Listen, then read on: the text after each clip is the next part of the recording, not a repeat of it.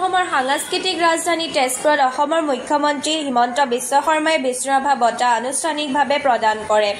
এই বঁটা আনুষ্ঠানিকভাৱে প্ৰদান কৰি মুখ্যমন্ত্ৰীয়ে ছাত্ৰ জীৱনৰ পৰাই সংগ্ৰামী বিষ্ণুৰাভাৰ জীৱন দৰ্শন আৰু অসমৰ সামাজিক, সাংস্কৃতিক আৰু চলচ্চিত্ৰ জগতলৈ আগবঢ়োৱা অনবদ্য অৱদানৰ কথা শ্ৰদ্ধাৰে স্মৰণ কৰে।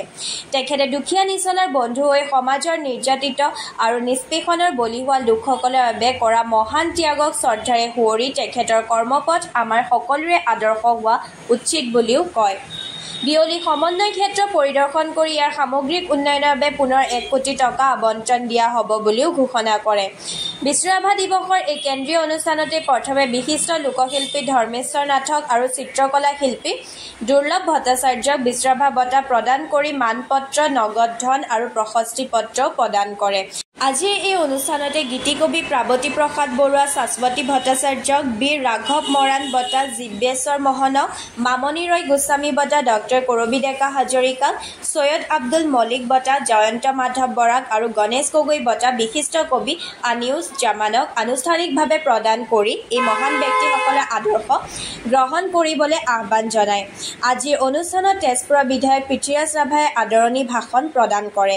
পিছত সাংবাদিকৰে হোৱা মত বিনিময়ত মুখ্যমন্ত্ৰীগৰাকীয়ে অহা ফেব্ৰুৱাৰীৰ পৰা তেজপুৰত ৰাজ্যপাল ভৱনৰ নিৰ্মাণ আৰু আগন্তুক বৰ্ষতে তেজপুৰত নৱনিৰ্মিত ফ্লাইঅভাৰৰ কাম সম্পূৰ্ণ হ'ব বুলিও কয়। কলাগুৰু বিষ্ণু ৰাভাৰ ৫৬ সংখ্যক মৃত্যুতিথি। এই মৃত্যুতিথি যাক অসমৰ ৰাইজে ৰাভা দিৱস হিচাপে পালন কৰে। এই ৰাভা দিৱসক কেন্দ্ৰীয়ভাৱে আমি আজি তেজপুৰত আয়োজন কৰিছিলোঁ। ৰাভা দিৱসৰ লগত সংগতি ৰাখি আজি আমি 10 গৰাকী সন্মানীয় ব্যক্তিক বিভিন্ন ৰাজ্য চৰকাৰে বিভিন্ন সময়ত স্থাপন কৰা ৰাষ্ট্ৰীয় আৰু ৰাজ্যিক বঁটাৰে আজি আমি বিভূষিত কৰিছোঁ। প্ৰতিগৰাকী বঁটা প্ৰাপকৰ ওচৰত এই বঁটাসমূহ তুলি দিবলৈ পাই মই সঁচাকৈয়ে ধন্য হৈছোঁ আৰু তেখেতসকলৰ সুদীৰ্ঘ কৰ্মময় জীৱনৰ বাবে ভগৱানৰ ওচৰত প্ৰাৰ্থনা কৰিছোঁ। কলাগুৰু বিষ্ণু ৰাভা আৰু ৰূপকোঁৱৰ জ্যোতিপ্ৰসাদ আগৰৱালা অসমৰ সাংস্কৃতিক সমাজ জীৱনৰ পুৰোধা ব্যক্তি। শংকৰ মাধৱে যি ধৰণে ভক্তিৰসৰ মাজেৰে অসমত এটা যুগৰ সৃষ্টি কৰিছিল, সেই ধৰণে জ্যোতি বিষ্ণুৱে সাংস্কৃতিক সাধনাৰ মাজেৰে শংকৰ মাধৱৰ আদৰ্শৰে প্ৰেৰিত হৈ এটা নতুন সাংস্কৃতিক যুগৰ আৰম্ভণি কৰিছিল। গুৱাহাটী মহানগৰীৰ মাজমজিয়াত প্ৰায় ৩০০ কোটি টকা ব্যয় কৰি ৰাজ্য চৰকাৰে ৫,০০০ লোকে একেলগে অনুষ্ঠান উপভোগ কৰিব পৰা আৰু ১,০০০ গাড়ীৰ পাৰ্কিং থাকিব পৰা এটা অত্যন্ত আটকধুনীয়া প্ৰেক্ষাগৃহৰ নিৰ্মাণ কৰিছে, যি অকল উত্তৰ পূব ভাৰতত নহয়, পূৰ্ব ভাৰতৰ ভিতৰতে আটাইতকৈ ডাঙৰ আৰু টেকন'লজিৰে পৰিপূৰ্ণ শ্ৰেষ্ঠ প্ৰেক্ষাগৃহ হ'বলৈ গৈ আছে। এই প্ৰেক্ষাগৃহটো আমি জ্যোতি বিষ্ণুৰ নামত উৎসৰ্গা কৰাৰ বাবে সিদ্ধান্ত গ্ৰহণ কৰিছোঁ। ৰাভাদেৱৰ সমাধি ক্ষেত্ৰত যোৱাৰো মোৰ আজি সৌভাগ্য হৈছিল।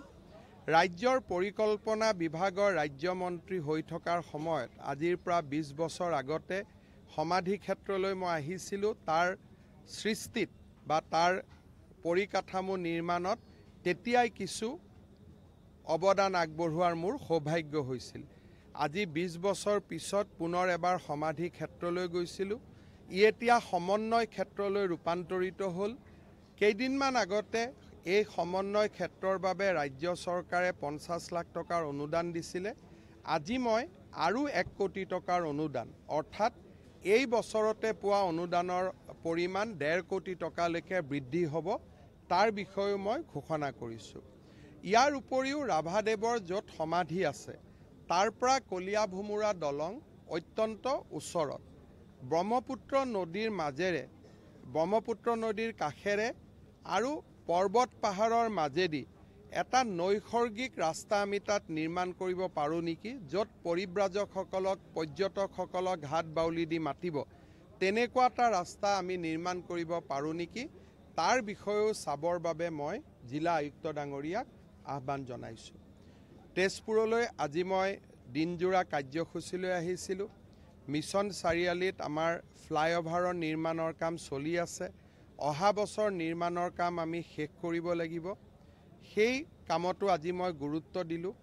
অসম চৰকাৰৰ বাজেটত তেজপুৰত আমি এটা ৰাজভৱন নিৰ্মাণৰ কথা কৈছিলোঁ, যিটো ৰাজভৱনত অসমৰ ৰাজ্যপালগৰাকীয়ে অন্ততঃ বছৰত এটা মাহ সময় থাকিব পাৰে আৰু অসমৰ সাংস্কৃতিক ৰাজধানী তেজপুৰখনে এটা